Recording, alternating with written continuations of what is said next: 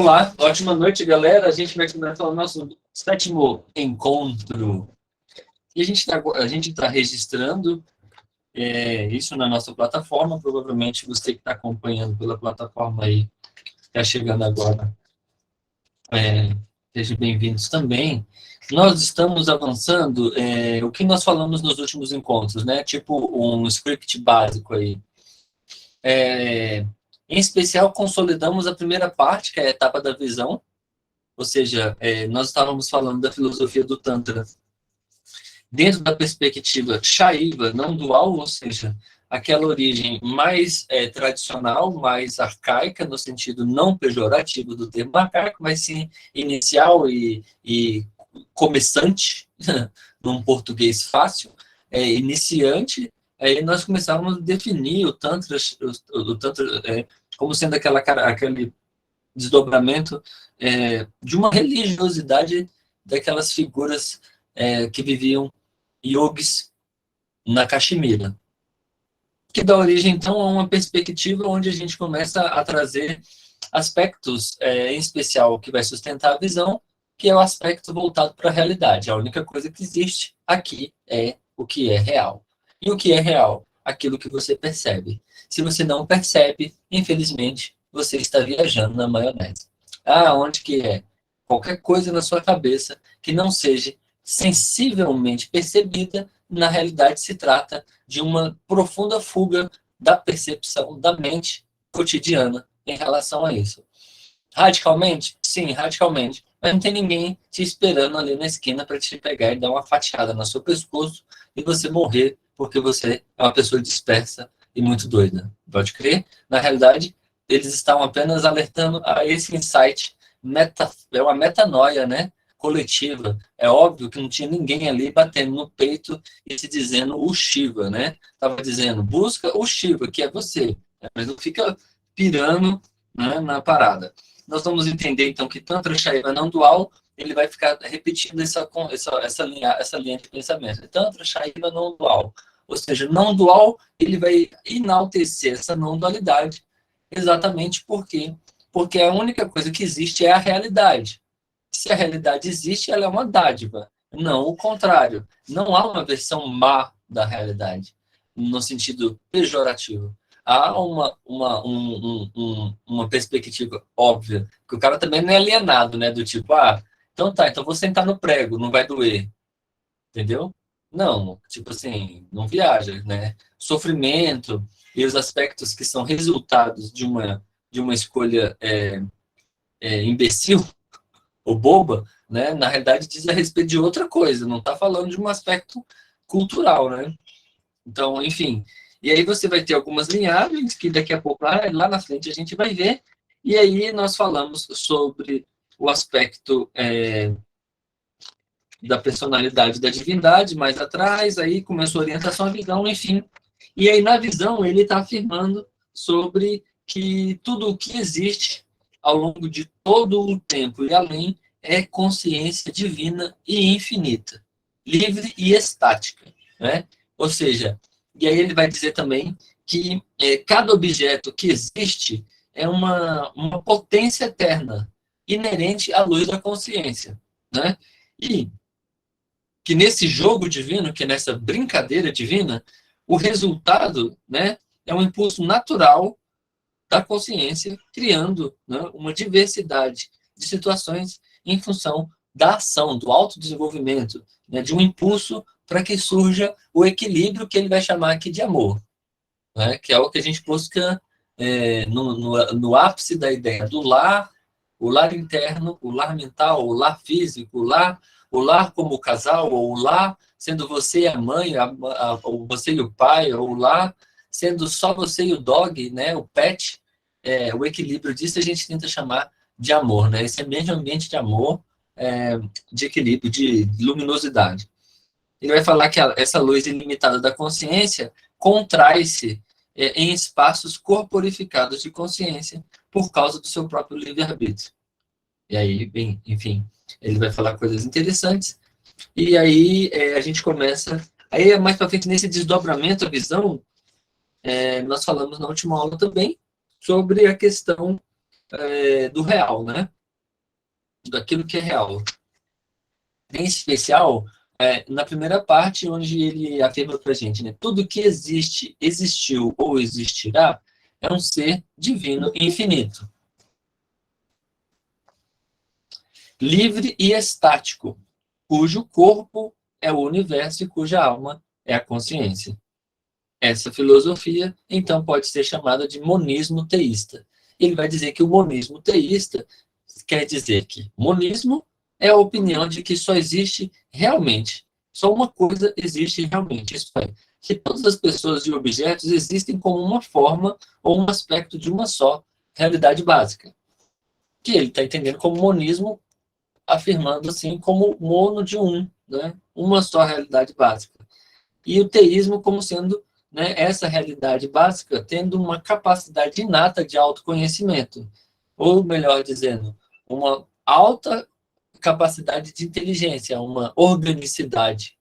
Hoje em dia a gente fala assim, como as coisas são orgânicas, né? Quer dizer, parece que as coisas são, elas se fundem dentro de uma perspectiva lógica. Não faz sentido? Orgânico? Mas aí a gente pega e fala da questão inorgânica, que é falar do ambiente psíquico, certo? E aí a gente não leva em consideração que esse ambiente psíquico, esse ambiente, inclusive, onde habita a maior parte dos fatores, digamos, abióticos, tipo assim, onde não tem vida no ar você fala, tem vida no ar? Entendeu? Não, ele não é orgânico, ele é inorgânico, né? Aí a gente estuda química orgânica, química inorgânica. Mas essas moléculas inorgânicas são interrelacionais. Também, né, não é diferente da esfera psíquica. Dentro do aspecto mental, a mente também tem uma natureza orgânica de comportamento, ou seja, que possui vitalidade, pulsão, sacou? Continuidade, organicidade, ou seja, união daqueles aspectos que são próximos, porque as células se unem para formar tecidos, que formam órgãos, que formam sistemas. É um princípio das coisas, né, se agruparem por igualdade, por intenção. Aquilo que sua avó falava antes, sabe? Diga com quem tu antes que eu direi quem tu és. Ela está dizendo: ó, se tu anda com Flamengo, eu digo que tu é flamenguista. Se tu anda com Corinthians, eu digo que tu é corintiano. E ela está dizendo, porque está claro ali, o cara está vestindo uma camisa, então é tudo igual, né? Se você está vestindo uma roupa amarela, vocês são os amarelos. Sei lá, assim.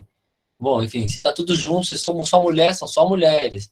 E a gente categoriza, né? Mas a mente também faz isso. Ela organiza os aspectos da memória, da imaginação, do intelecto. Ela também organiza com o mesmo princípio de organicidade, sacou? E é o que faz com que a mente consiga organizar um caos de um recorte de milhões de informações que estão capturados, né, que foram apreendidos pelos seus sentidos físicos. Então você é um monte de retalhos de lembrança que ela consegue organizar dentro de um aspecto que a única coisa que permite a mente fazer isso é ela ter memória, porque a memória dá uma sensação e uma perspectiva, né, temporal, eventual. Você fala que isso aconteceu, aí você usa o referencial, né, do cotidiano, né? E aí, por fim, é isso, né? A gente vai entrar agora nos nomes, né, da realidade final, e eu fiz essa introdução só para não ficar perdido aqui se você estiver chegando nesse vídeo, né? E tiver pulado algum anterior, né? Shiva tá te vendo, viu? Comentários, Regina, tudo bem até aí? Tudo bem, tranquilo. Pode crer. Bom, Ellen, boa noite. Firmeza aí, né? Daqui a pouco tá chegando a Lia e outras pessoas aí, quem sabe. Bom, os nomes da realidade final. Nós estamos na página 46 do Boa livro. noite. Ótima noite. O Tantra Iluminado. A consciência divina é chamada de vários nomes nos textos da tradição. Quando falamos dela como Deus, é chamada de Shiva, ou comumente Parameshvara, ou, quer dizer, né, a divindade mais elevada. Para, né, tá dando essa referência, né?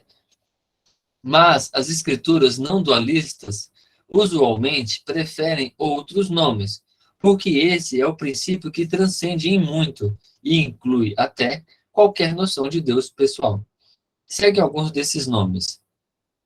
Os nomes do divino não dualista dentro, né, ou seja, Shiva Shakti em uma fusão perfeita. O coração, Hridaya, a essência, Sara, vibração, expanda, potencial absoluto, Visarga, o êxtase da percepção, Siddhananda, o onipresente, Vibhava, a totalidade, Kula, fusão íntima, Sankhata, visão, Drik, potência, Samartia, experiência, Boga, a irada, Kandi, o poder supremo, Parashakti, a devoradora do tempo, Kala Karsini, a palavra, Vak, a onda, Urmi, a eterna, Nitya, o sem nome, Anakya. Eles dizem que o absoluto tem muitos nomes para que ao menos um deles penetre espontaneamente na percepção íntima do praticante.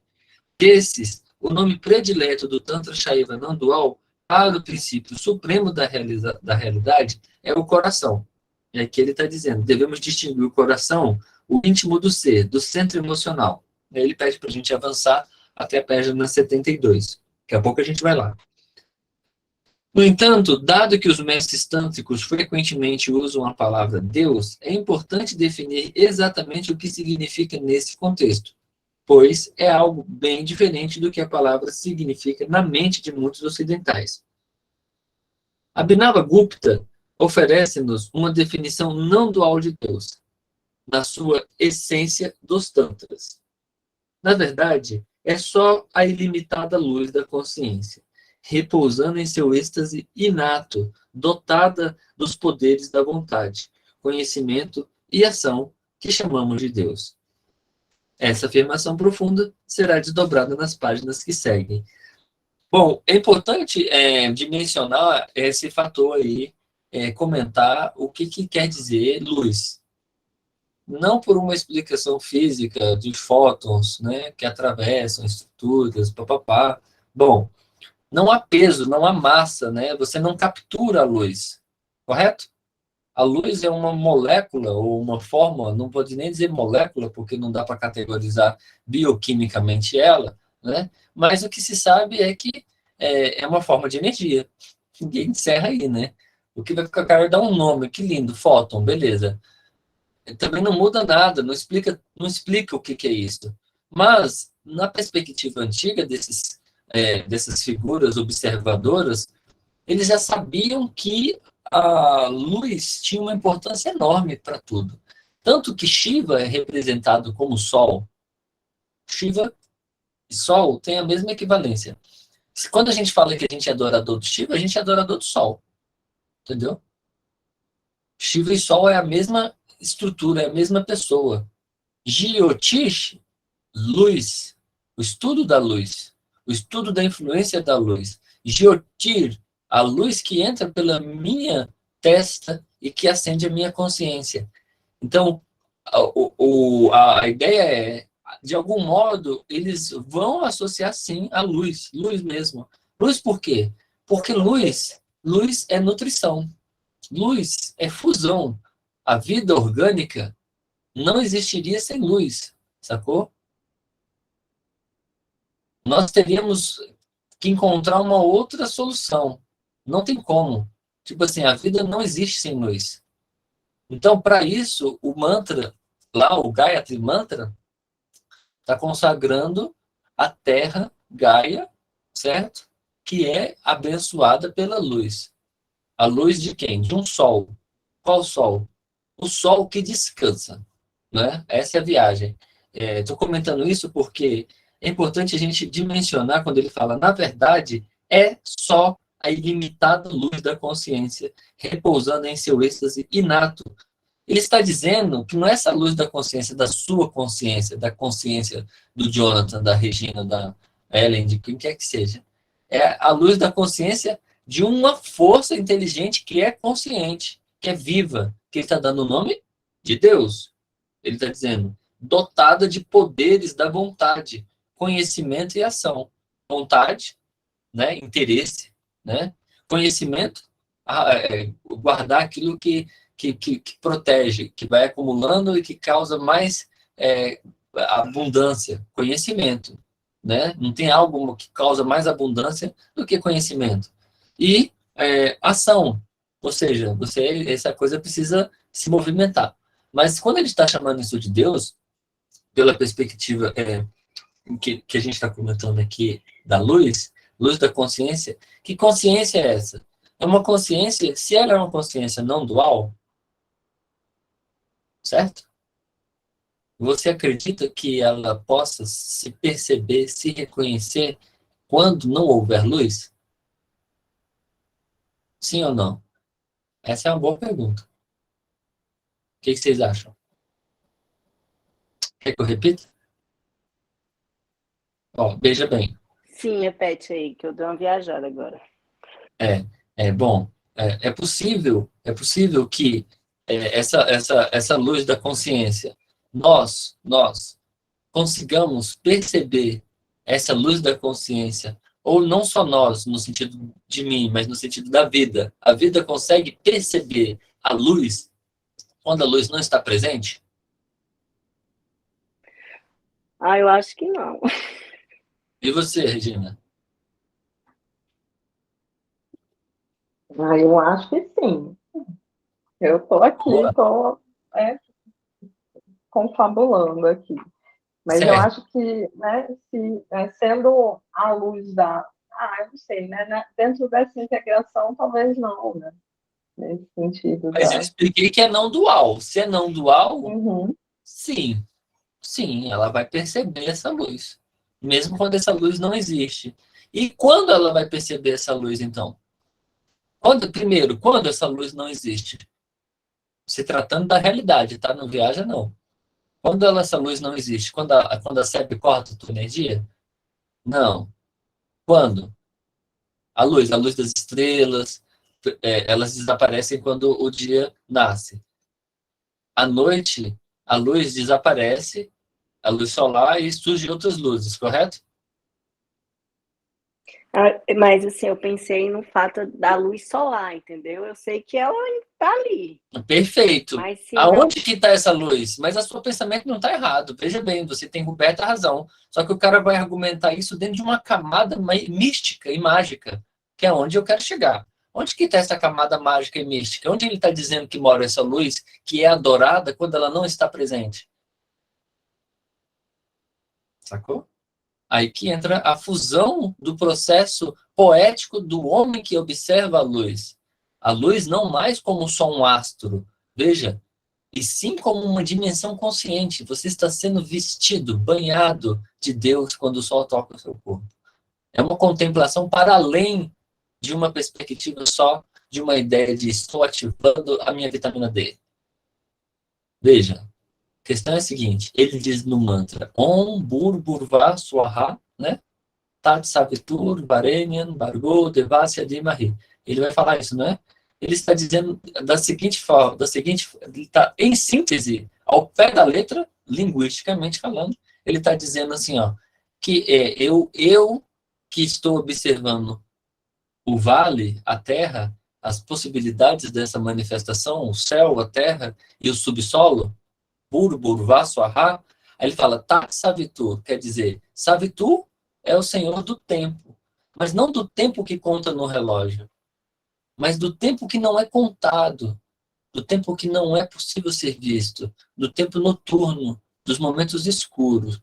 Aí ele fala, Tat Savitur Varenya, ele vai dizer, no decorrer do mantra, em síntese, a seguinte frase, o sol noturno, olha que loucura, o sol noturno que alimenta as plantas pelas raízes, por baixo, ao nascer no vale, cobre tudo isso de poder, de potência, de abundância. E aí você pode falar o que você quiser, porque é romântico mesmo. É o seguinte, veja, no momento noturno, quando a escuridão se faz presente, esse sol nutre essas raízes, sacou? E essas plantas, ele está falando do que, gente? Se o cara for falar, se fosse um biólogo aqui falando, ele falaria assim, ele está falando da fotossíntese, né? Tipo assim, mas não de Então, dia, está falando da morte também, né? da Da morte, da morte decomposição. que vira, né? Exatamente. Perfeito, porque a decomposição não ocorre nos períodos de sol latino. Os animais, em especial, eles trabalham, os vermes trabalham à noite. O verme passeia na lua cheia. Não é isso que diz a música? O verme passeia na lua cheia. É a hora que a minhoca sai, meu irmão. Não sei se você já viu os minhocossus amazônicos, que formam pilares de mais de 12, 20, 40 centímetros do solo. Só de cocô que ele faz à noite. São minhocas da grossura de um dedo meu, assim, grandão. Então, veja bem, por que eu estou viajando nisso, né? Porque eu quero falar do que ele está chamando de consciência. A luz da consciência é a luz que traz vida. Não é a luz da consciência. A gente tem uma ideia meio romântica, às vezes. Como é que faz para traduzir essa informação? Assim, a luz da consciência. Que luz da consciência. Ou o que a gente está dizendo, na realidade, sobre isso, né? A gente está falando que essa energia flui, essa energia inteligente, ok? Que ele disse mais cedo, essa energia inteligente, essa consciência divina, que tem vários nomes, permeia todas as coisas, todos os espaços, e não há dualidade nela.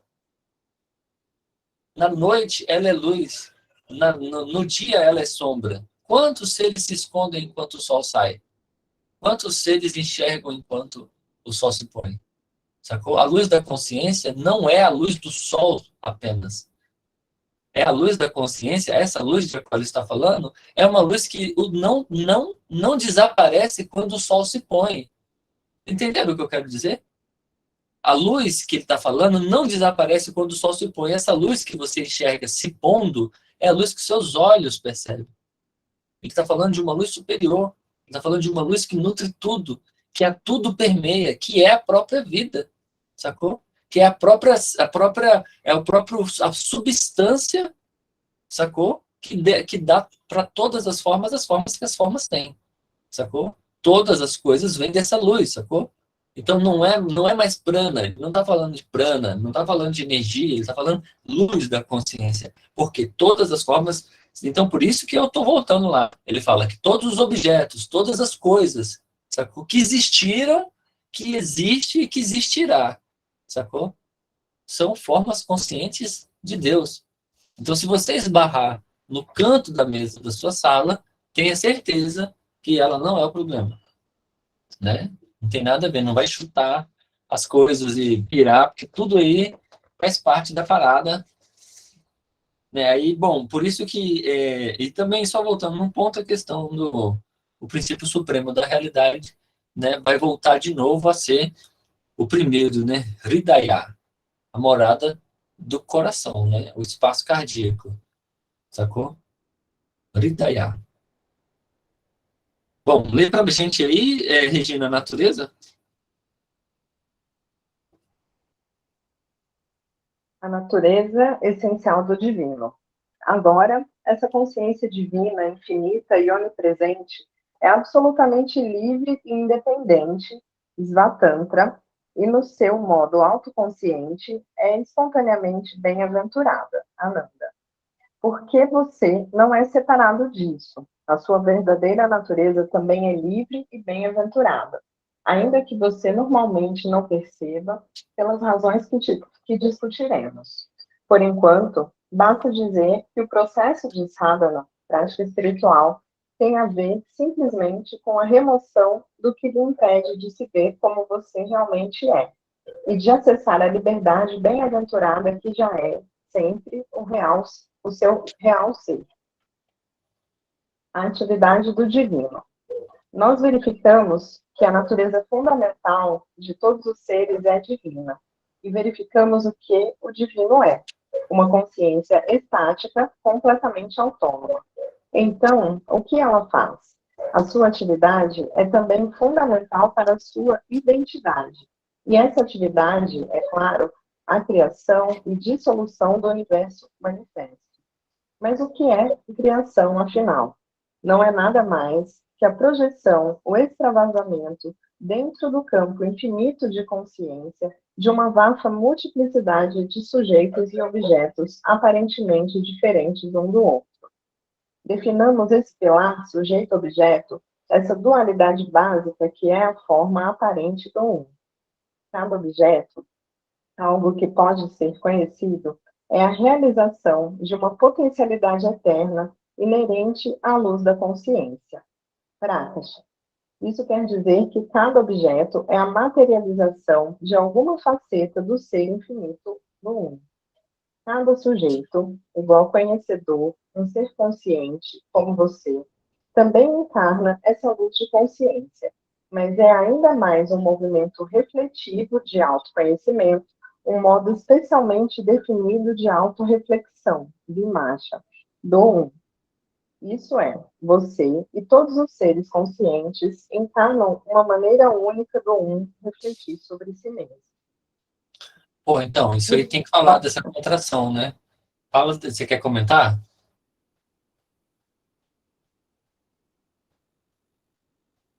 É a questão da contração, sacou? Contração. Porque refletir não é jogar para fora, sacou? Tipo assim, refletir não é colocar para fora. Compreende isso? Né? Então, quando você olha no espelho e reflete, não é uma imagem, não é algo que você externalizou. Aquela imagem que você tem ali é uma imagem que você está vendo de como você é de verdade por fora. Mas é você. Não é uma separação de você. Não houve um rompimento, porque, né, ainda que. E aí, o que é mais interessante? Quando você levanta o braço direito, o espelho levanta o braço esquerdo. Para mostrar que aquele não é você. Sacou? Aquele é uma forma de você ver-se ao contrário. E isso é refletir. Para se ver ao contrário, você tem que entrar, você tem que contrair. Os organismos conscientes estão todos em contração. A unidade do eu é uma perspectiva de entrada, para tornar-se eu preciso me isolar. Ser eu é um estado de isolamento. Quer dizer, eu estou aonde? Dentro desses olhos, dentro desse nariz, dentro dessa boca, dentro desse corpo, dentro desse intestino, sacou? Tipo assim, essa consciência, essa luz da consciência que está presente nesse cara que está falando, está permeando todas as células do corpo dele, entendeu? E está extravasando por cada célula a sua potência, que é o cumprimento, poderia dizer numa linguagem chula, do Dharma da própria célula, que tem o papel, no caso da palma do meu pé, de resistir a altas resistências. E do meu olho, não, porque cada célula do corpo tem um papel, tem um Dharma, tem um propósito. Como é a parede do lado esquerdo de você aí, que tem um motivo que está aí.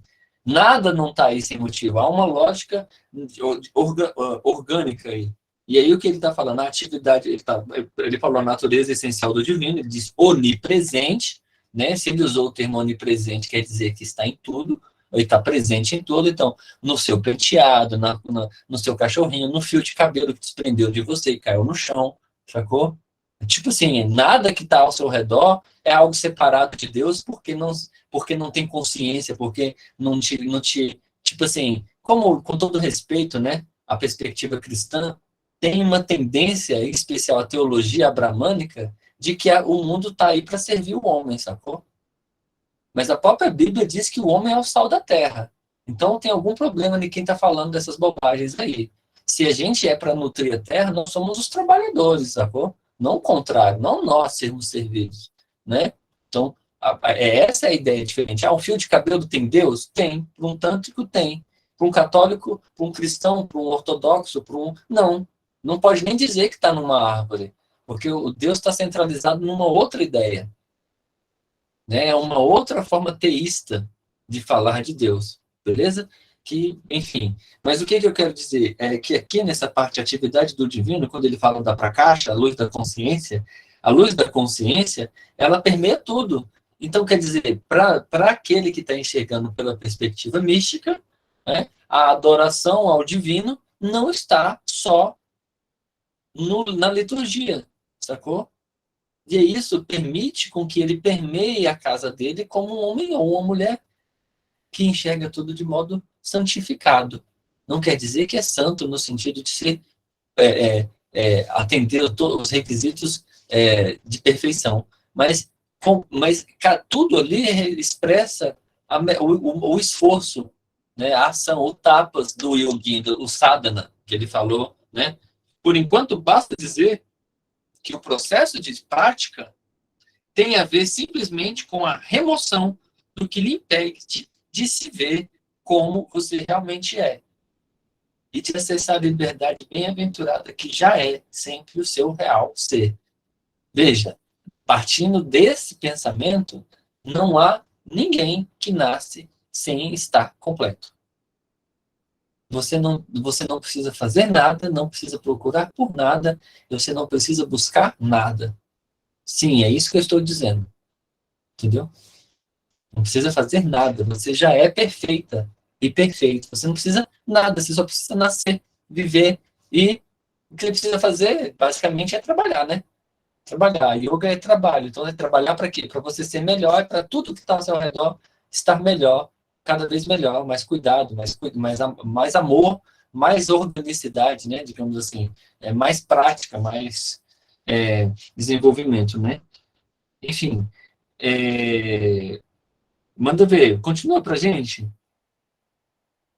Regina. Vamos lá. Reflexão, vimarcha e reconhecimento prativi. Como é que fala, Jonathan? Pratya Vijana. Pratya Vijana.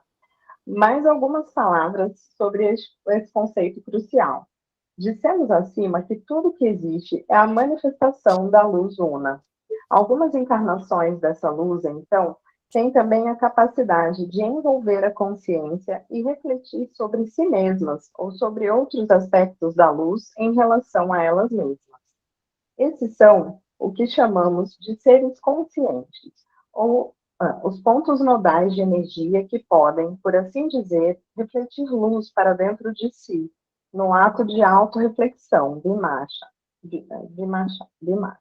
Podemos entender aqui o termo autorreflexão, tanto figurada como literalmente, pois um ser autoconsciente percebe que todos os outros seres são reflexos de si mesmo, assim como ele é também um reflexo deles, e que tudo são reflexos do Self Uno. Por isso, Vimarcha também pode ser traduzido por representação, pois é o processo pelo qual a consciência se reapresenta para si mesma de várias formas, como parte de um jogo universal de autoconhecimento e amor próprio. Perfeito. Assim, posso fazer um comentário? O comentário. Veja bem, com base nessas ideias, estamos sendo testemunhados o tempo inteiro. Compreende? Somos as testemunhas e estamos sendo testemunhados. Pela perspectiva do Tantra, aqui o indivíduo ali, né, no cotidiano, na vida real, ele também está sendo enxergado, mesmo quando ele não está vendo. Compreende? Quer dizer, quem o enxerga essa parte que é também o outro, sacou? Não é descartada porque você está em contração, sacou? Então, você está em contração, você está em um processo de autorreflexão, você está olhando para si mesmo, você está profundamente se auto-observando, porque se você for pegar a essência do natismo, do movimento dos natas, e resumir ele, o Hatha Yoga, em uma palavra, você chamaria Hatha Yoga de auto-observação, sacou? Ou seja, uma profunda capacidade de reflexão, uma capacidade de olhar para si mesmo de modo extremamente profundo, né? Fugindo totalmente da perspectiva ocidental aqui, apenas para colocar, essa autoobservação não parte da cosmética, né, a respeito do ser, né, físico, estético, né? E sim pela capacidade de enxergar-se percebendo a realidade, quer dizer, sensorialmente, fisicamente, num campo muito amplo, tipo assim, auditivo, visual, olfativo. Por isso que o Tantra vai ressaltar tantos aspectos sensoriais, tanto a nossa capacidade que a gente chama de espacial, do contato direto, quanto da percepção espacial, daquilo que está acontecendo onde você está e no entorno onde você está, sacou? Então, essa onipresença de Deus está ali, às vezes, na sua sacada, então um tântrico na percepção de um mago, como um mágico, como está na literatura do Hatha Yoga, ele também é um feiticeiro. O que ele está pensando? Ele está ali espreitando a realidade. Não é um coçador de perna o tempo inteiro. Ele não está viajando na maionese o tempo todo. Ele está na realidade. Ou seja, se caiu a batata do lado do tomate que ele está pegando, é capaz de ele esticar a mão e pegar a batata. E não porque ele estava viajando, pensando no Joaquim, na Manuela, enquanto pegava o tomate. Ele está ali. Então, se a percepção dele capturou a batata, ele pega a batata com a mão, como o Neo no Matrix. Sacou? Ele está imerso de realidade. Compreendem o que eu estou dizendo? Sacou? O que ele está dizendo em síntese, em especial, quando ele fala da autorreflexão, marcha, é a capacidade literal mesmo, literal, sacou? De se enxergar através da sua representação no que está fora de você. Então, desde o básico de arrumar a cama, que é tão importante para o adolescente migrar, para arrumar a própria cama, escovar os próprios dentes, higienizar os seus genitais, as suas axilas, as suas orelhas, por exemplo, assim, o corpo, como o básico do Hatha Yoga lá, né, raiz, onde os caras trabalhavam saúde, higiene físico, autolimpeza, né, e vai modernizando isso para o cara sacar que essa purificação é do corpo, mas ela também é de um outro nível, sacou? De um nível mental, de um nível mais sutil, e disso que está representado também como o outro nas outras coisas, entende? Tipo assim, é muito especial isso. Pode continuar, Regina. Quer comentar? Lia, boa noite, viu? Oi, gente, boa noite. Desculpa a demora. Eu tive que sair para comprar pastilha para minha garganta. Só queria saber onde vocês estão no livro. Nós estamos aqui em Brasília, hoje, 2 de setembro. Estamos na página 47, item 4. Tá Segundo bom. parágrafo. Ok, beleza.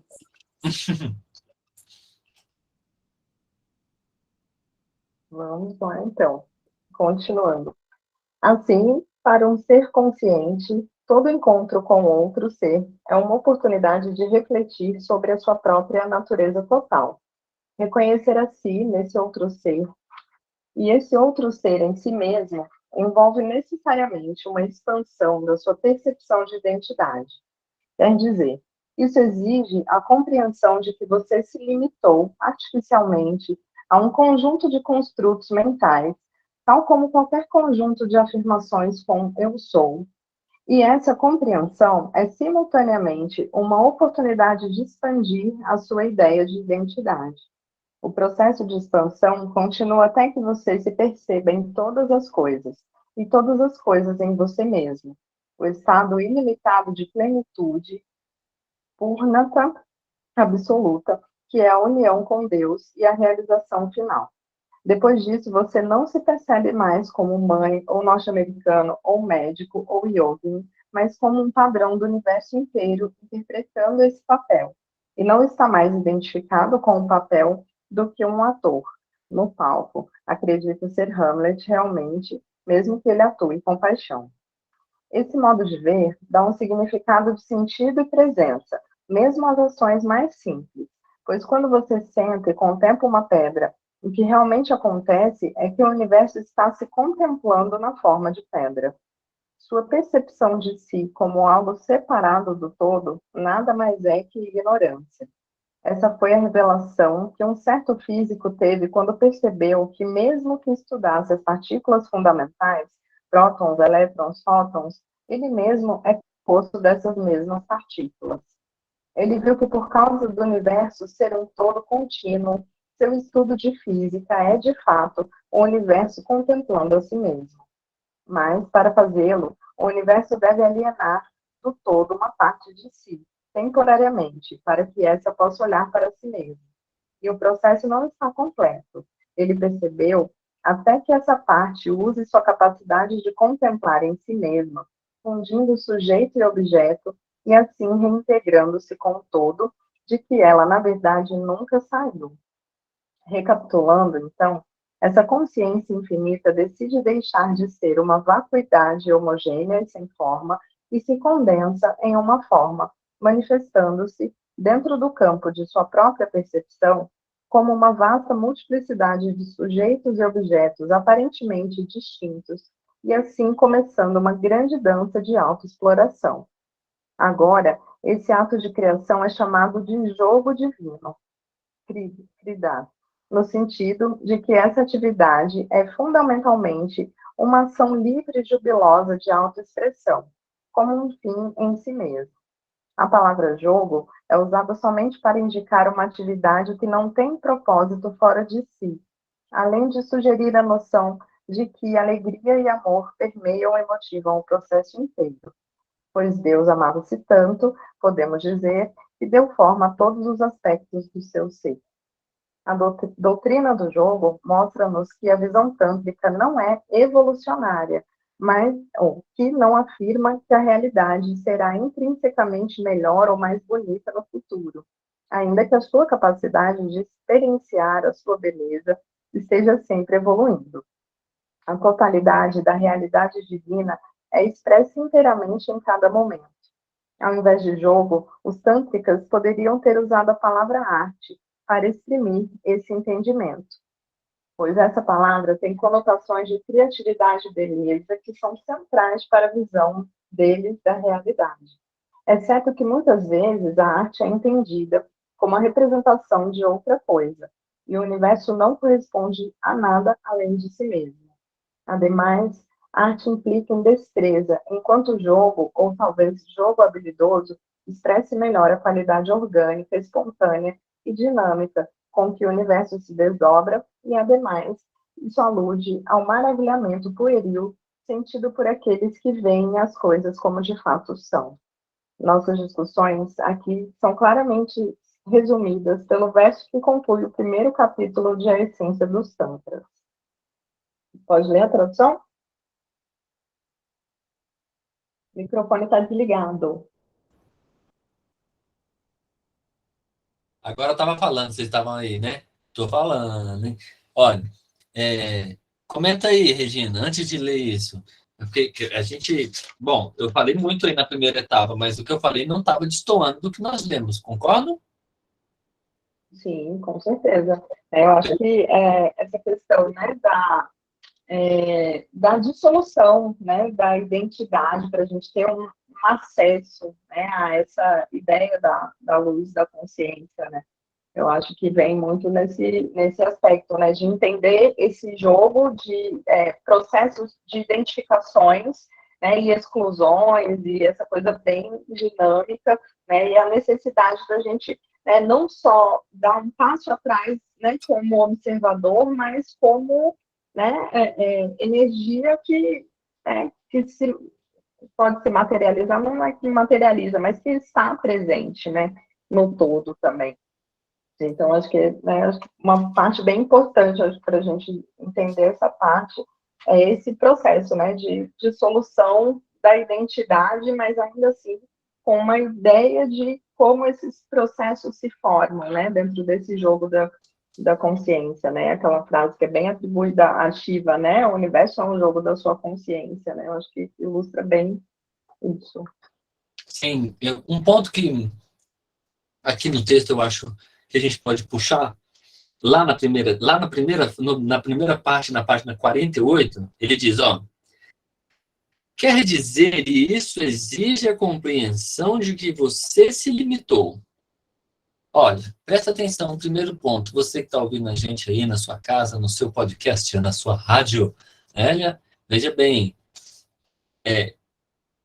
não é ruim, não é algo pejorativo você considerar-se limitado a partir de um argumento que cabe no seu coração.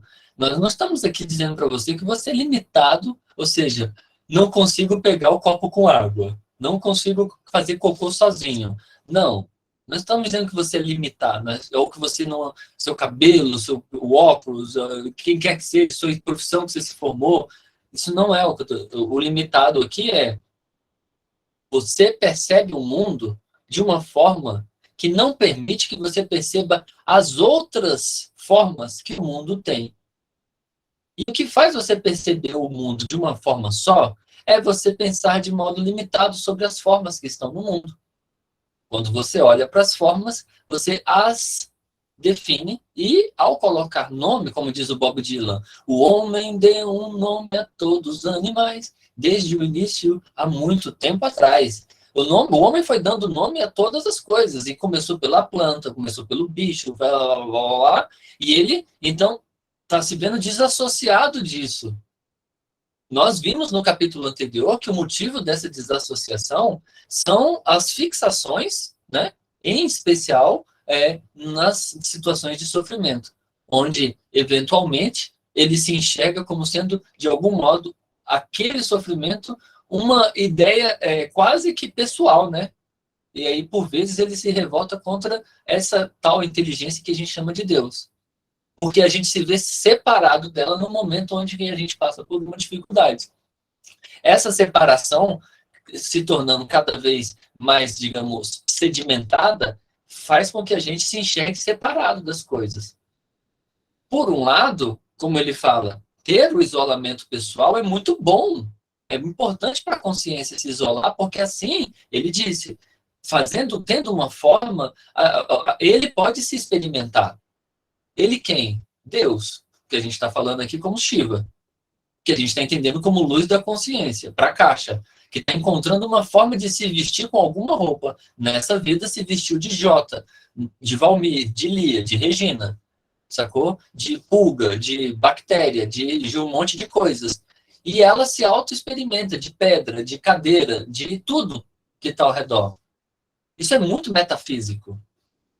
Compreendem? Quando ele vira e fala que é um jogo, ele está dizendo que um jogo tem um sentido. Eu não, quem sou eu para discordar do Christian, né? Com todo Christian, um beijo para você se um dia você ver essa live. Christoph, né? Se você ver essa live, querido. Não estou discordando de você, mas eu acho muito bom o termo jogo. Ainda que ele disse, porque o jogo pressupõe uma situação misteriosa, que é qual? O resultado.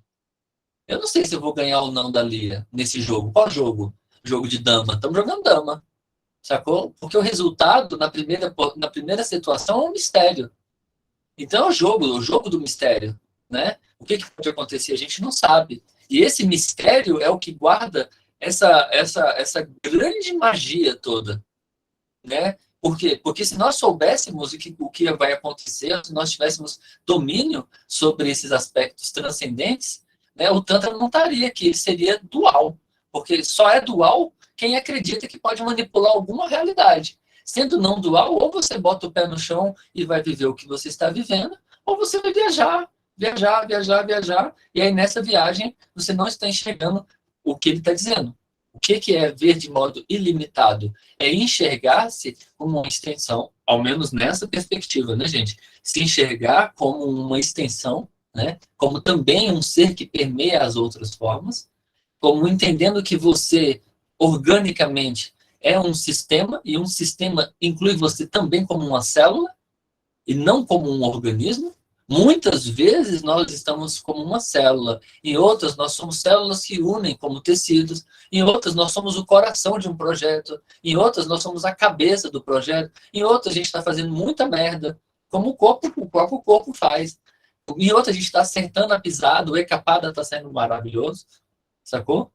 Tipo assim, o homem, a personalidade humana está no corpo humano, mas se você pensar bem, a gente permeia quase todas as coisas que estão. Você sabe o que tem nas geladeiras te esperando, não sabe? Tá lá, é você.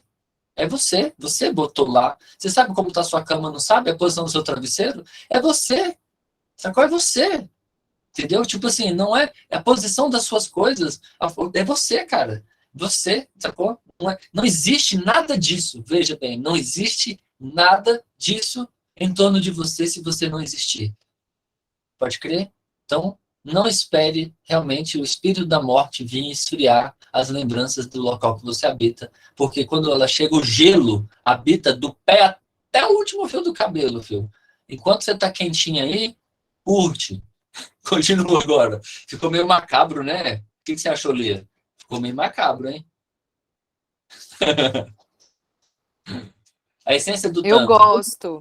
gosto, eu acho sensacional, porque liberta, né? É muito libertador saber que por mais que eu tenha construído tudo isso aqui, eu também tenho a possibilidade de questionar isso aqui, né? Tudo isso, porque também isso passa na minha cabeça, né? Eu entro muito na ideia da normatividade e tal, de que a gente está sempre, quem está muito normativo está perdendo muitas oportunidades, né? Né? Quem está muito fechado na normatividade fica muito, né?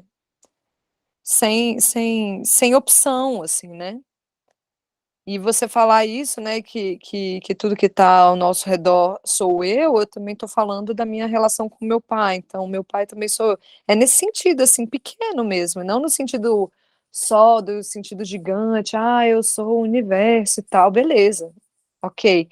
Mas é porque quando a gente traz para esse âmbito pequeno que você trouxe aí, da despensa, da geladeira, a gente, a gente, ó, eu e o condomínio, como você disse. O condomínio que mora aqui dentro. A gente que eu tô falando é o condomínio. A gente entra num consenso de que realmente assim é palpável, né? Não fica tão metafísico quando se coloca dessa forma. E aí eu consigo compreender um pouco melhor. E aí me vem muitas crianças na cabeça. Muito, muito, muito, porque elas estão muito integradas. É uma integração muito doida. Elas estão integradas entre elas. Então, uma começa a chorar, a outra já chora também. Aí uma já ficou nervosa, a outra já ficou nervosa também. Elas estão ali, elas viram os brinquedos, elas viram, né, sua imaginação, elas fazem acontecer com um pedacinho de pedra, vira um caminhão, vira alguma coisa, assim, é muito doido. E a gente que vai, né, Cápsula. dobrando para guardar no bolso e fingir que ficou lá. É, exato, enquanto elas pegam o papel, né, elas esgarçam, elas cortam. É muito legal, eu gosto muito disso. Tô gostando. Tem um ponto que eu quero trazer aí, porque não pode avançar sem falar dele.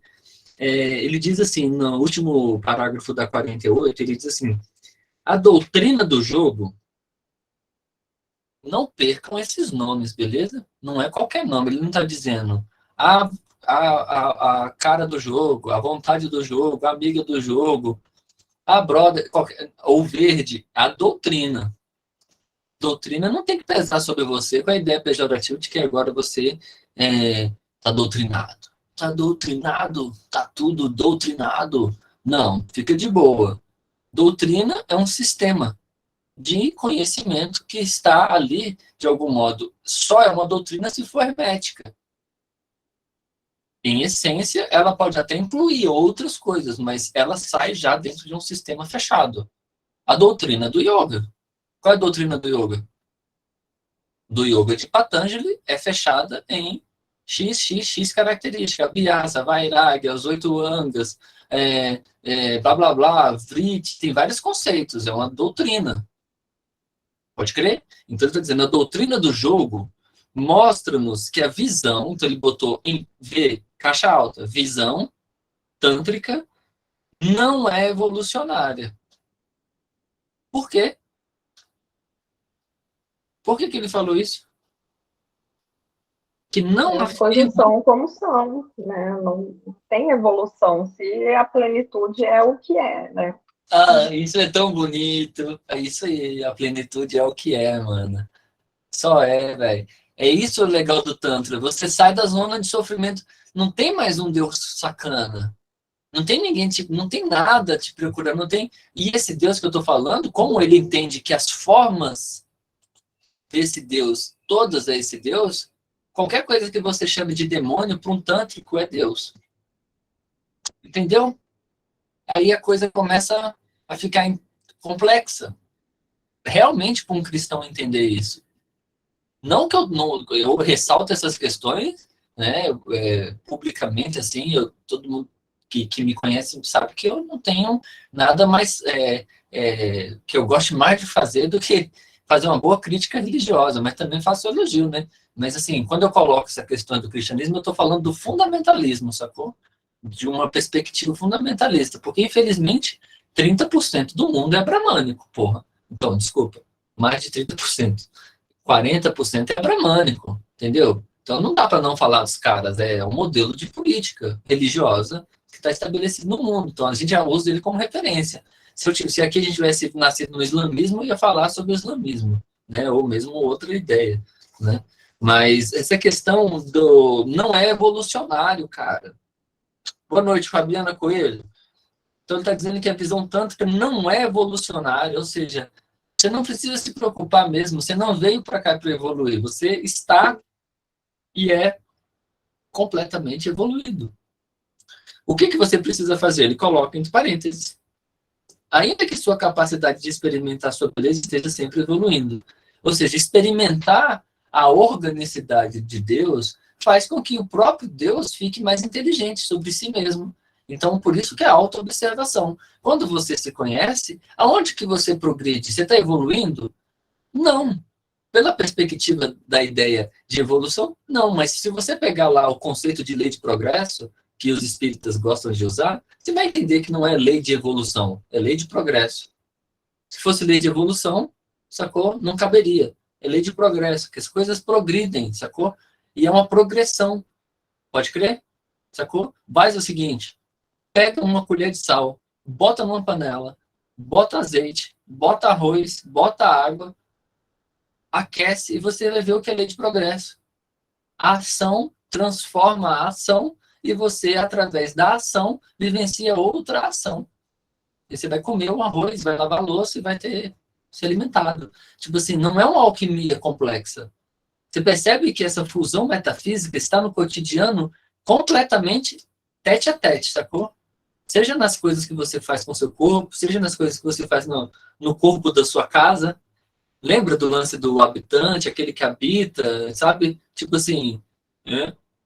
Lia, você levantou a mão.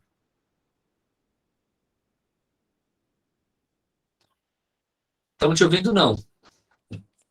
Levantei. Por quê? Porque veio uma dúvida na minha cabeça sobre isso, sobre essa ideia de doutrina, né? Uhum. E aí, doutrina é sobre esse aprendizado, assim, coletivo, assim, é lógico que tem uma doutrina, né? Tem muito conhecimento acumulado sobre isso, né? É isso que eu entendo. É um conhecimento que foi acumulado, que foi colocado, né, trocado e discutido por muitas pessoas durante muitos anos, durante centenas, milhares de anos.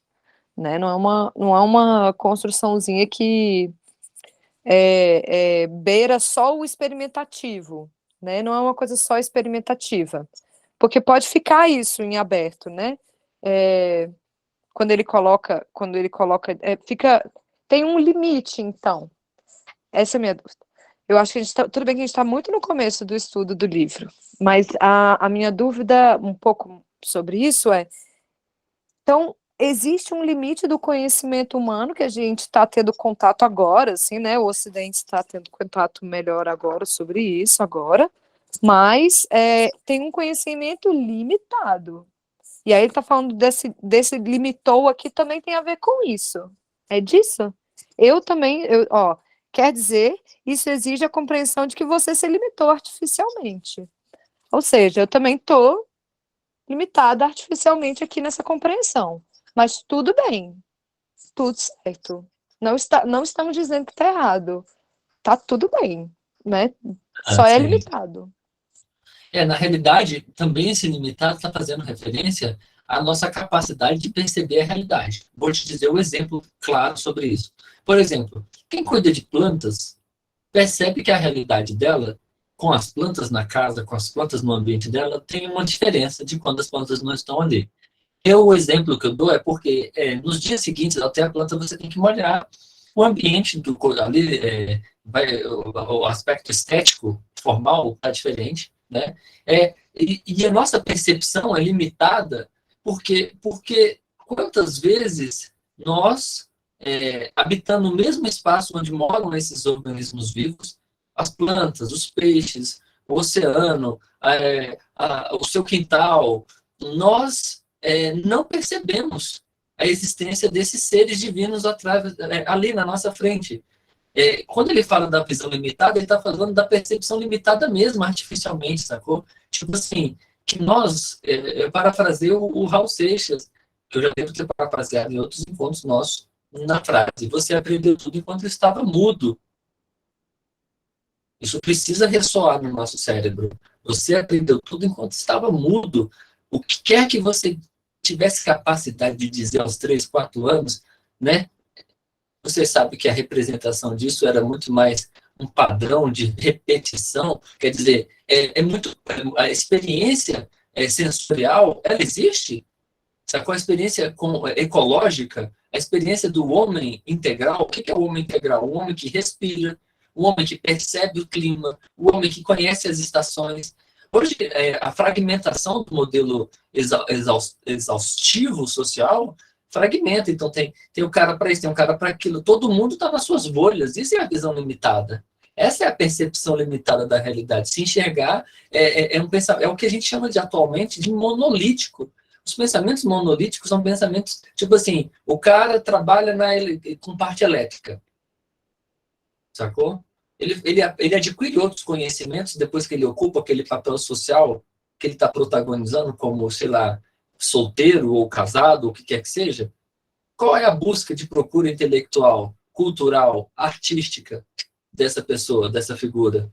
A sociedade busca por isso. Nós vivemos numa sociedade que pega esse conhecimento e, em vez de pegar ele e monopolizar, ela heterogeniza esse pensamento, né? E aí ela dá esses espaços. A discussão social hoje não é sobre diferença de classes, de raça, né? de gênero, de sexo, de cor.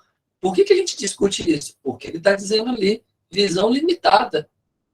Visão limitada. Tem um tântrico olha para uma pessoa branca, olha para uma pessoa preta e vê alguma diferença, gente?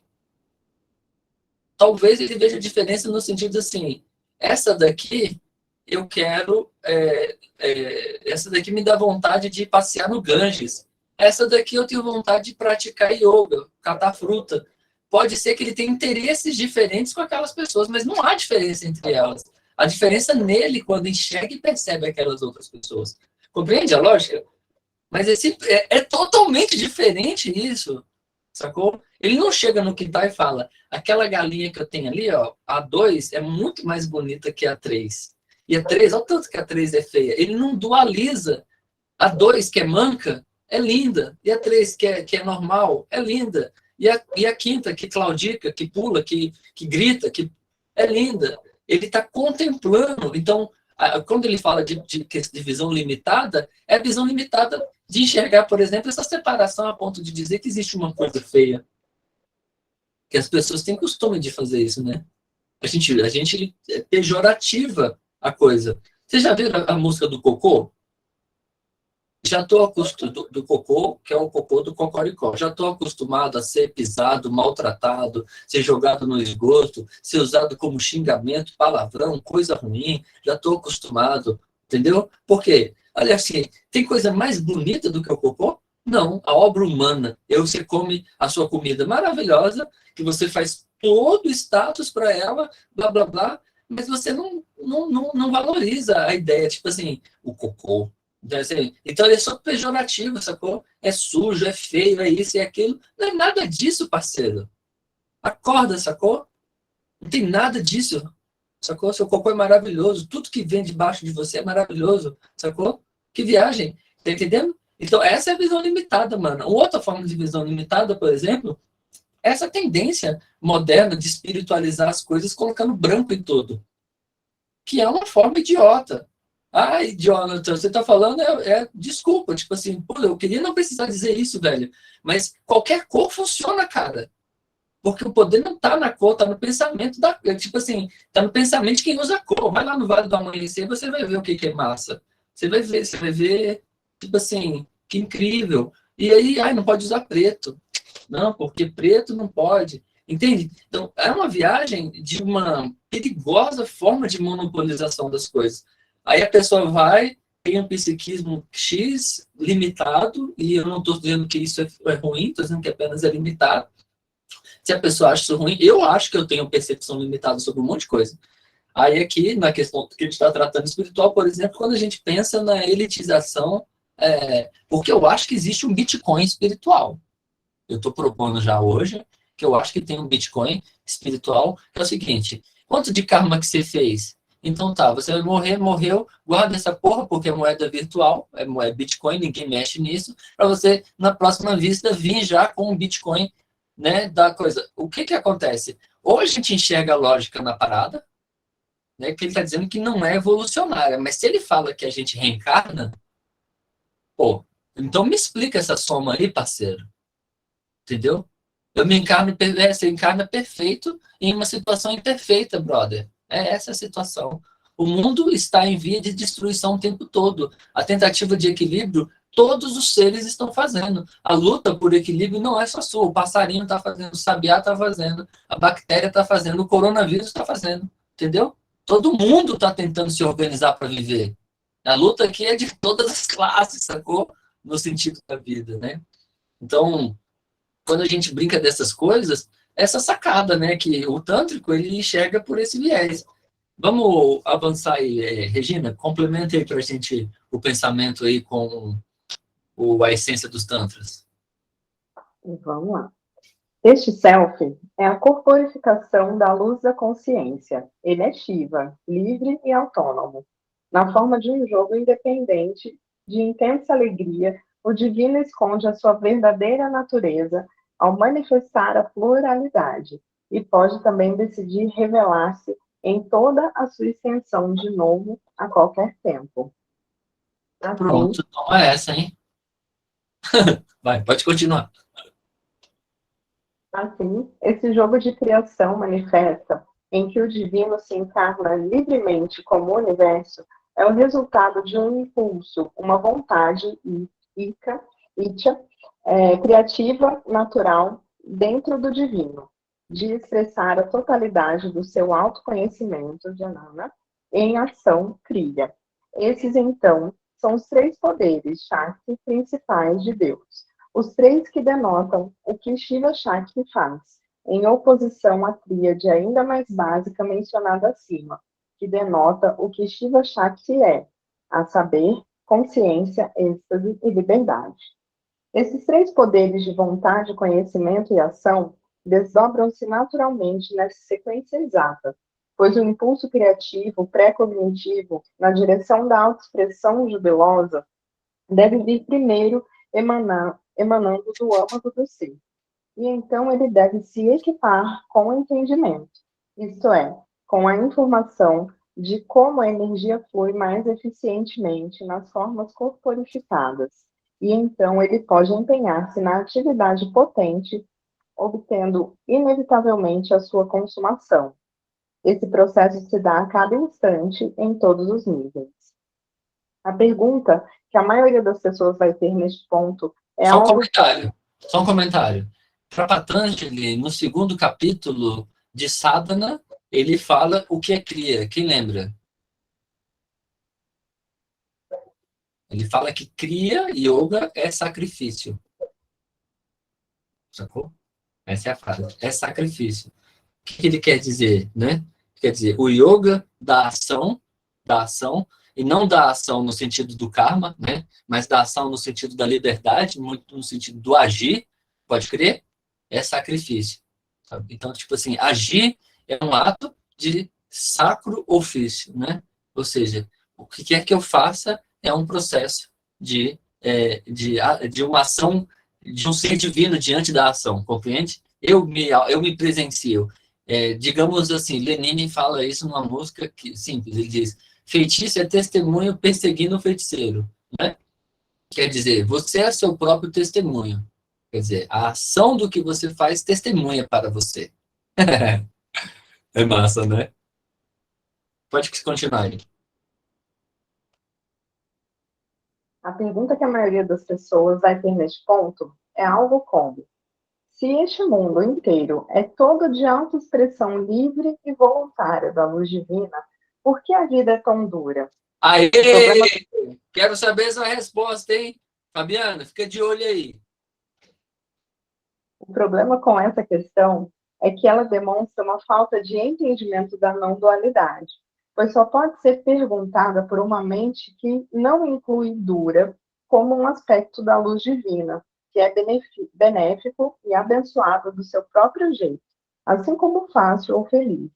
Em outras palavras, a consciência Shiva se regozija igualmente em dor ou prazer, em alegria ou tristeza, pois ambos polos exprimem igualmente o seu ser divino.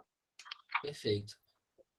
Veja bem, Allan Kardec, no livro Céu e Inferno, ele vai dizer a seguinte questão: o inferno existe para quem acredita nele.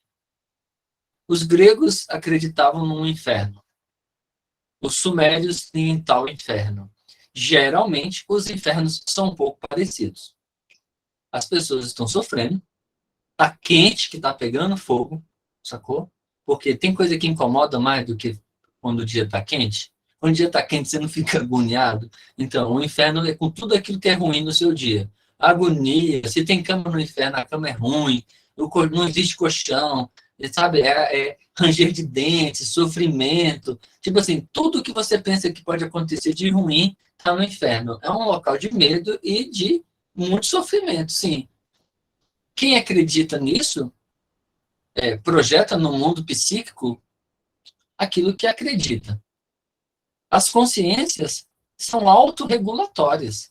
Elas se auto-observam. Mas se não tem ninguém comandando, meu irmão, você vira massa de manobra. Nosso pensamento ele é difusão. Nós somos seres assimiladores. Nós temos como célula um comportamento celular. Unidas, uma célula, sem perceber, começa a cumprir um papel que ela nem sabe que ela tinha que cumprir dentro de uma sistêmica. Isso é muito legal, porque se ele fala, se este mundo inteiro é tudo autoexpressão livre e voluntária da luz divina, por que a vida é tão dura? Entende? Volta na questão que a Lia trouxe lá em cima, né? A compreensão de que você se limitou, sacou? A compreensão, quando a gente se limitou? Ao enxergar a realidade. Enxergando a realidade e tornando ela dual, ou seja, sendo pejorativo com os momentos difíceis com que a realidade nos traz, nós geramos um sofrimento. Isso se torna perpétuo. Não é mais, você vai se tornando corriqueiro, constante. E, eventualmente, outras coisas que vão acontecendo, por exemplo, você chega na padaria e o pão não está quente. Você fala, porra, vim na padaria e o pão não está quente. Eu gosto de vir quando o pão está quente. Aí você pergunta para a atendente, quando o pão está quente? Ela fala às 17. Você fala, amanhã eu venho às 17. Aí você chega no outro dia, às 17, compra o pão quente. E aí se adapta a ele lá todos os dias 17. No dia que o padeiro tem uma dor de barriga, o pão saiu às 17h30. E dentro daqueles 30 minutos, você vive a desgraça de ter feito uma escolha, né, dessa porcaria, né, de pão quente. Que só pode viver com pão quente. A questão é a mais simples, mas isso também reflete na vida de vocês. Desculpa, eu vou usar um exemplo muito denso e pesado, né? Eu tive um primeiro casamento e minha primeira companheira, ela adoeceu de câncer. E ela foi até o limite, até morrer, sacou? E o que acontece? O sofrimento dela nem era tanto de aspectos de dor de caráter fisiológico, era psíquico, sacou? Meu cabelo tá caindo, tô emagrecendo, tá entendendo? Puta, tô ficando doente, tô não sei o quê. Os médicos muito loucos da cabeça, fazendo uma série de observações extremamente fatalísticas, sacou? Sem nenhum apoio psicológico, sem tipo assim, gente, é uma certeza a morte na vida, mas você não precisa empurrar a pessoa direto para isso. Se você tem 10 dias antes da morte, pelo menos se me chamar, pode pedir o que quiser. Eu busco até mescalina no México para você. Só se você tem que pagar, é claro, né? Eu não posso ir lá buscar drogas no México correndo riscos, né? Mas eu vou lá fazer isso para você. Tipo assim, o que eu quero dizer com esse exemplo absurdamente difícil, tenso e que leva para o aspecto humano muita coisa? O quanto nesses ambientes o que gira em torno é a tristeza e o fatalismo o tempo todo. É um culto à desgraça, cara. Vou dizer para vocês. Os caras são muito loucos, sacou? O médico tá doente, o enfermeiro tá doente, o fisioterapeuta tá doente, o cara da máquina tá doente, tá todo mundo doente, sacou? Por quê? Porque O princípio de encontrar na vida uma ideia. Veja, por isso que eu insisto às vezes na questão da teologia da prosperidade, da teologia cristã. Porque ela fica numa ideia de que nasceu você feliz. Entendeu? Tipo assim, só porque você nasceu, tipo assim, a vida vai te dar tudo, você só precisa se iniciar lá e fica numa adoração, tipo, o tempo todo não cai no espaço de autoaceitação, né? Tipo assim, de compreensão. Então, são culturas diferentes. Para um cristão, usando o termo, ele fala assim, você conseguiu um emprego, Regina? Graças a Deus. Você perdeu o emprego, Regina? Puta que pariu. Que merda, hein? Mas você já tem como arrumar emprego, né? Não? Não, então... Não, aí se você... Veja o que eu estou dizendo. Olha, se não ficou claro para você, aí que está me ouvindo, eu vou deixar isso claro agora, tá bom? Regina perdeu o emprego, está lá quebrada, precisando de dinheiro, precisando de coisas, e está todo mundo dizendo coisas para ela. Chega um cristão mais esotérico, místico, espiritualizado, pai brasileiro, e vai dizer, você precisa de um descarrego, filho. Você precisa de um descarrego, você precisa limpar, você precisa... Eu não estou dizendo que não existem energias, tá, gente? Sou espírita, tenho minha mediunidade, então não estou dizendo que não existe espírito. Presta atenção, o mundo ordinário é só esse. Quero dizer que na situação do exemplo que eu estou dando da Regina, à medida que ela vai fracassando, a ideia que se tem dela é que Deus não está com ela. É isso que eu quero dizer. Quero dizer para você que as pessoas dizem assim, vai com Deus. Quando elas dizem vai com Deus, elas estão dizendo para você ir na presença da luz da consciência. Sacou? Mas o que se apresenta à frente pode ser algo que não está dentro do planejado de uma vida perfeita, equilibrada e harmoniosa. Como, por exemplo, um acidente de carro. Como, por exemplo, um tropeço. Como, por exemplo, uma coisa fatal, fatalística. Para um tântrico, ele não vai olhar para essa situação, e eu estou dizendo isso mesmo, ele não vai olhar para essa situação e dizer que isso é algo tipo assim, contrário à sua visão de divino, de que você é alguém que precisa. Tipo assim, ele não vai dizer que isso ele não vai deixar isso pesado, ele não vai tornar isso pejorativo. Vocês estão entendendo essa viagem? Sacou? O cara não vai pegar essa linha, ele não vai ser punitivo. E aí isso é essencialmente diferente teologicamente falando, gente. Teologicamente falando, isso muda tudo, sacou? Muda tudo, entende? Tipo assim, o pobre e o rico coabitam os mesmos espaços, num espaço assim, entende?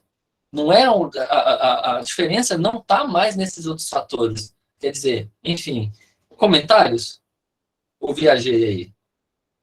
Não, eu fico assim imaginando, né, como que o aparelho psíquico também, né, não funciona diferente, orientado, é uma dimensão mais positiva, menos apegada, né, à materialidade, essa percepção melhor, né, uma percepção mais apurada do fluxo, né, desse eterno fluxo, e faz todo sentido, né, é bem libertador, como a Lia disse. É muito Esse tipo de subversivo visão. você falar bem da morte, vocês concordam? É muito subversivo você falar bem da morte, você adorar um crânio, você acreditar que a morte é alguma coisa interessante, sacou? E não é essa uma das características dos tântricos, sacou? Falar do corpo morto, do morto, da postura, da importância da pausa, do silêncio, do poder do sol escuro, que é o sol que descansa. Porque o sol noturno é aquele que descansa, como a gente falou lá no início. O sol noturno, aquele que passa por baixo da terra, ele é importantíssimo, e eu tenho batido na tecla do poder do silêncio, sacou? As plantas crescem mais à noite do que de dia, beleza? É assim que funciona. Todos os organismos crescem mais à noite enquanto dormem. Não dorme não para você ver se você vai crescer. Tira da sua vida o aspecto sombrio, né? Desaparece com as falhas para você ver se você vai ter tesão na vida. Fica tipo assim, não é assim, o materialismo não sacia, sacou? Para fazer de Djavan lá, né? Nem se eu bebesse o mar encheria o que eu tenho de fundo. Você precisa dimensionar, sacou? Espreitar a realidade é saber que a luz pode acabar agora, e a live acabou. E a nossa reunião acabou, e você ia tomar um banho quente e não vai tomar. E aí, o que você vai fazer? Alegria. Maravilha, não vou tomar banho frio. não vou tomar banho também, não quero tomar banho mais, eu queria ser quente, não vou tomar. Então, tipo assim, tem uma coisa de satisfação, tem uma coisa que atua no psicológico, né, Regina? Que é também você, peraí, você não, tipo assim, veja, isso é tão sério, gente, que durante um tempo é perigoso esse aspecto, porque o cristão que alimenta esse tipo de pensamento, ele fica um místico perigoso, porque o cristão que não alimenta isso, ele é um místico muito evoluído. A saber, né, no caso, que quando ele fica preso a essas coisas, ele bate o cotovelo na mesa e ele pensa que isso faz parte de uma coisa que ele errou de manhã, entendeu? Tá entendendo? A Regina foi grossa com a filha, aí tá lá no banheiro, cai o armário em cima do pé dela, ela fala, eita porra, que isso caiu em cima de mim, só pode ter sido por causa das outras coisas, sacou? E se foi, tipo assim, que bom, né? Você fala, massa, aprendi, tá bom, não vou mais brigar com ela desse jeito, entendeu? Não do tipo, eita, ferro, nossa, sabe, tipo assim, é muito legal você também descentralizar a ideia de que você precisa evoluir tão rápido. Porque agora você entendeu que você já é evoluído. Esses aspectos que tangem a sua personalidade, faça-me o favor. Você não é responsável por isso. Você é totalmente responsável por isso. Veja, as duas frases. Você não é e você é. Você não é porque não tem como você resolver o que você foi e não sabia como fazer. Mas você é para fazer o que quer que você possa fazer agora. Então, quer dizer, porque a horta não está indo bem, eu não vou plantar. Sabe? O Evêncio, né, o astrólogo amigo nosso, estava aqui hoje, aí a gente comentando uma coisa, ele falou, bom, pensando nessas questões, né, do yoga, né, quando não é momento de colher, é momento de quê? De plantar, né? Sacou? A gente planta no silêncio, né, gente? E colhe na luz da realidade. Quem bota uma semente no escuro da terra, pensa em quem? Em sabe tu, em Deus, sacou? Em pura manifestação de Deus. Só Deus é capaz de despertar a semente, sacou? Através do químico, da água, do fungo, da bactéria que está ali, que desperta a semente. Quem vigia os bebês de semente? Entendeu? Quem vigia todas as milhões e milhões de sementes que nesse momento, ó, piscamos os olhos, ó, várias no planeta, tá explodindo. Quem tutela? Quem é essa grande mãe? Tá aqui, cara. Tá dizendo primeiro tudo, a luz da consciência, sacou? É bonito, né? É lógico que tem o aspecto difícil, poxa, a gente ele fala aqui, eu critico, a gente, fazendo a psicanálise reversa, né? De tanto eu criticar o cristianismo, eu sou um cristão de berço, né? Então, eu fico indignado com a parte minha que ainda existe muitas vezes e que eu coloco, confronto, né, internamente para colocar agora nessa perspectiva, sacou? De sadhana, diariamente. Então, a gente pode continuar meio que militando nisso, né? Porque também é um esforço muito forte para fazer essas coisas se consolidarem, né? E aí a gente, quem sabe, num outro momento de perda amorosa, afetiva, financeira, a gente consiga não olhar mais para o divino e confrontá-lo de modo dualista, né? Acolhê-lo, né? E reconhecê-lo naquele momento ali de desgaste, né? De não, é uma outra forma de gozo, né? É uma outra forma de perceber a parada. Fabiana Coelho, comentários? Tá num clima neon aí, hein? Ah, rapaz. Especial para aula, brincadeira. Eu estou num lugar que tem essa luz e eu estou aproveitando, né? Tem um drink aí? Mas, Mostra pra gente. ó, Você tem tá, um. Tá você tá vendo tomando um teto? Aperol, hein?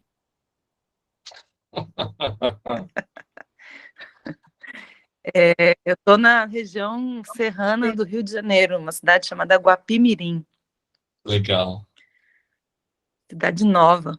Eu não legal. conhecia. Mas, enfim, eu sou uma pessoa que se revolta muito com os sofrimentos.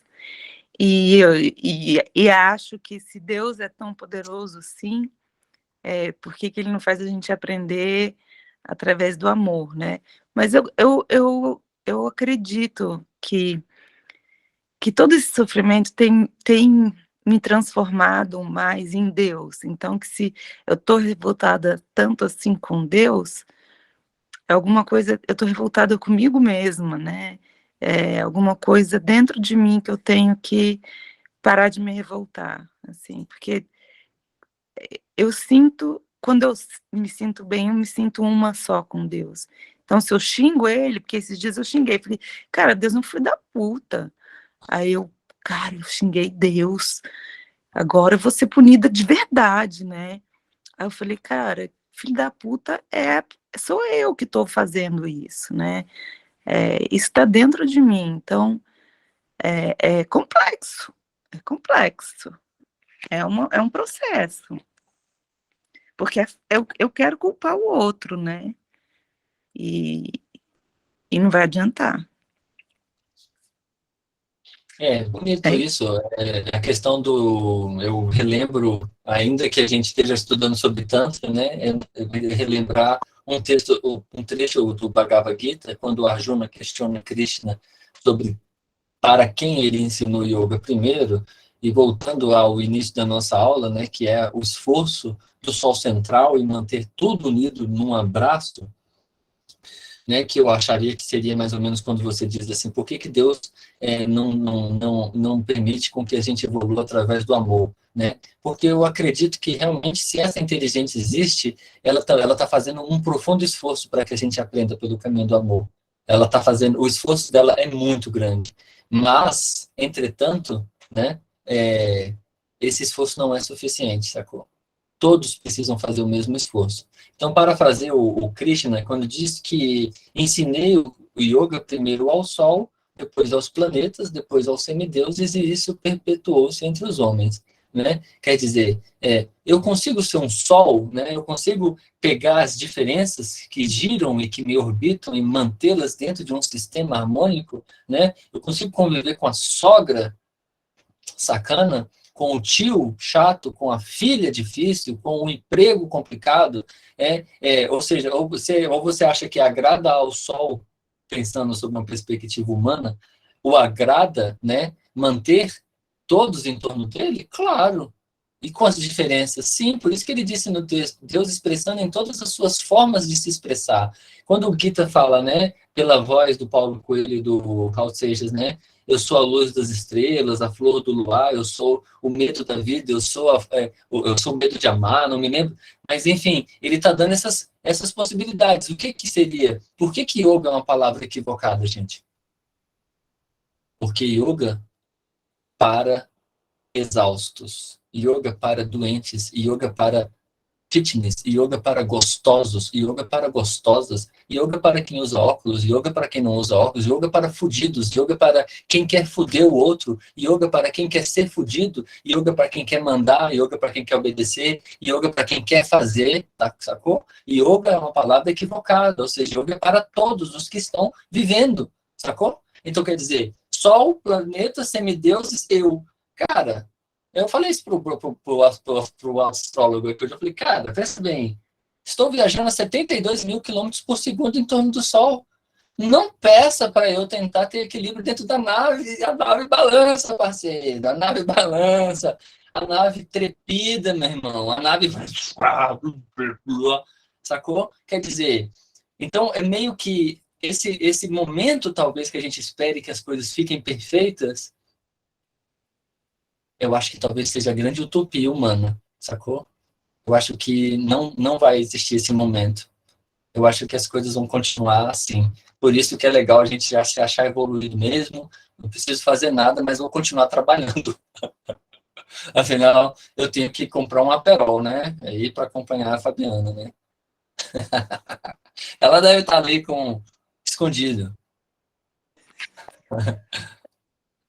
Tá eu não, não né? bebo, praticamente não bebo. Não precisa, eu já vim numa configuração que não precisa nem beber. Esse que é o Ah, negócio. sim, isso é puro éter, né? Exato. Álcool em gel. E você, Bia, comentários?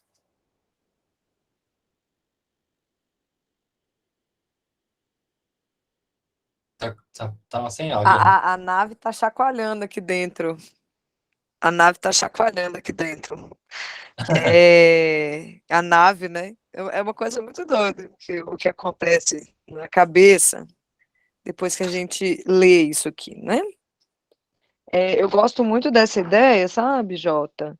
De que essa coisa assim, por que a vida é tão dura, né? É porque tem que ser nesse sentido, né? É o que se construiu também, é a forma como as coisas acontecem, né? Se a gente for observar, é assim. Tem muita coisa dolorosa, né? Você imagina para uma lagarta virar uma borboleta, é uma dor, assim. Porra, puta dor, viu, galera? Caralho. A minhoca passar, né, e ficar comendo terra e ficar saindo e entrando por ela, aquilo ali, ó, valha-me Deus, aquilo ali dói, sabe? E aí é a experimentação total, porque assim, né, enfim, não é aquele negócio, eu repito aquilo que você colocou, né? Eu estou limitando a minha percepção sobre a dor. Eu estou limitada na minha percepção sobre a dor, sobre o que ela realmente significa, né? O que ela pode significar ou o que ela tem a contribuir. Enfim, eu acho que foi nos momentos mais desafiadores que eu mais tive visão também, sabe? Uhum. E eu acho que o Hatha Yoga coloca a gente frequentemente num lugar, né? Porque não existe asana fácil. Você pode ficar, fazer handstand, fazer o que for, botar o pé na orelha. Se for fácil, está fazendo errado. Tem alguma coisa errada. Exato. Ponto. Se tá fácil, você não tá acionando alguma coisa, você está limitado, você não tá percebendo que tá forçando alguma coisa, tá errado. Então, eu acho que é uma forma de ver, sabe? Eu lembro de uma vez, Jota,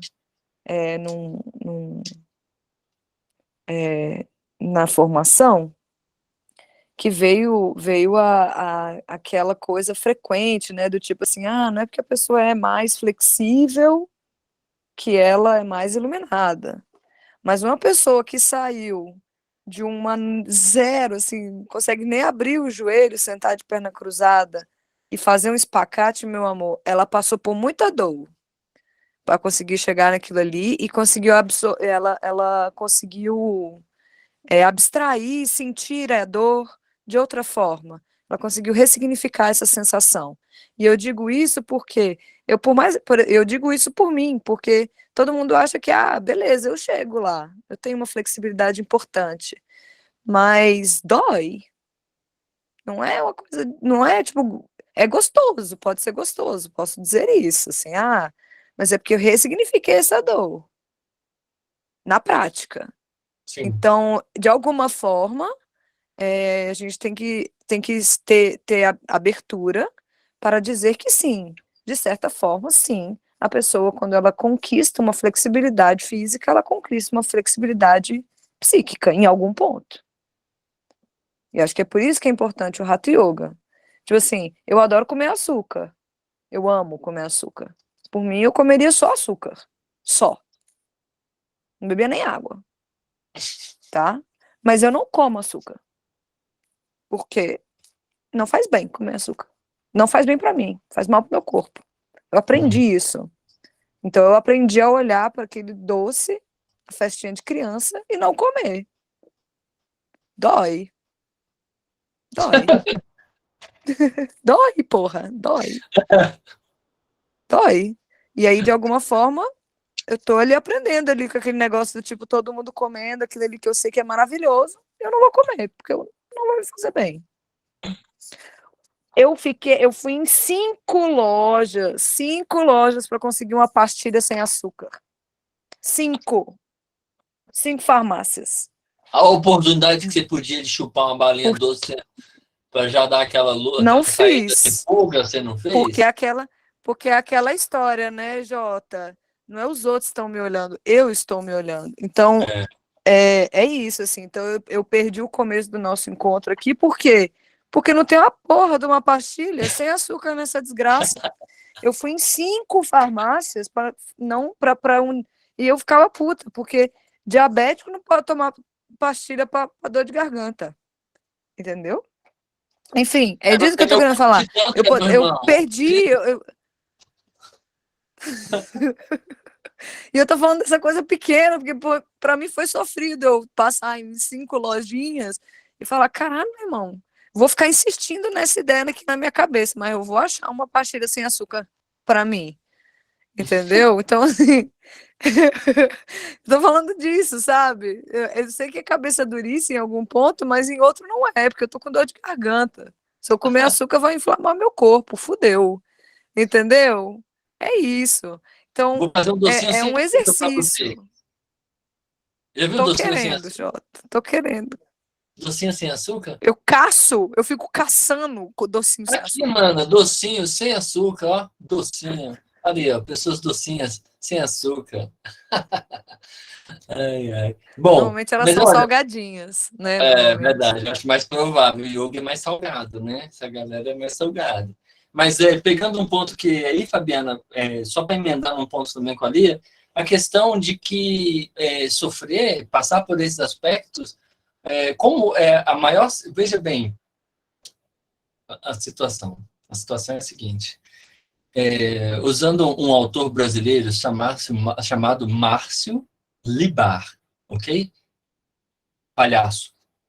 Ele diz o seguinte: na melhor das hipóteses, na sua vida, né?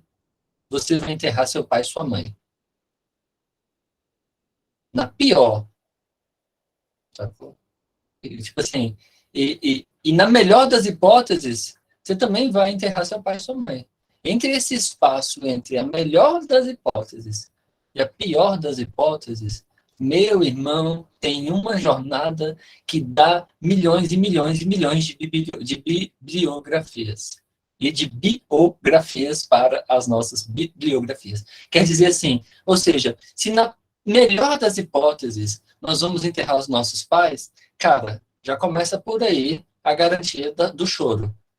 Pode crer?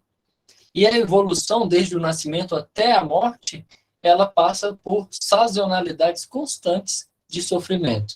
Ele vai dizer o seguinte, em simples: aceita. E aí ele desenvolveu um método de iniciação à palhaçaria, que o nome é Aceita, Idiota. Entendeu?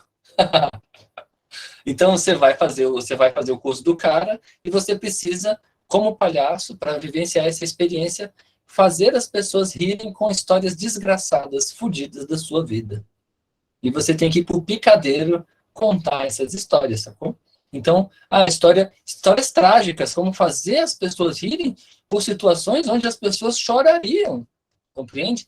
Então, é importante a gente imaginar que, como ele fala ali, o Hamlet, cara, você está protagonizando a sua história, só a sua história, é uma história muito pequena. Tchau, Valmir. Entendeu? Então, a gente tem que semear nelas, né? Vamos descansar? Vamos descansar, porque, nossa, vocês falam, hein? Eles conversam. Ellen, você não apareceu na câmera aí, a neném, eu sei que você tem neném, então, obrigado pela sua presença, tá? Só para deixar um beijo para você. E, gente, bom descanso, fim de semana, tá? Felicidades para vocês. Você também. Você também, Jota.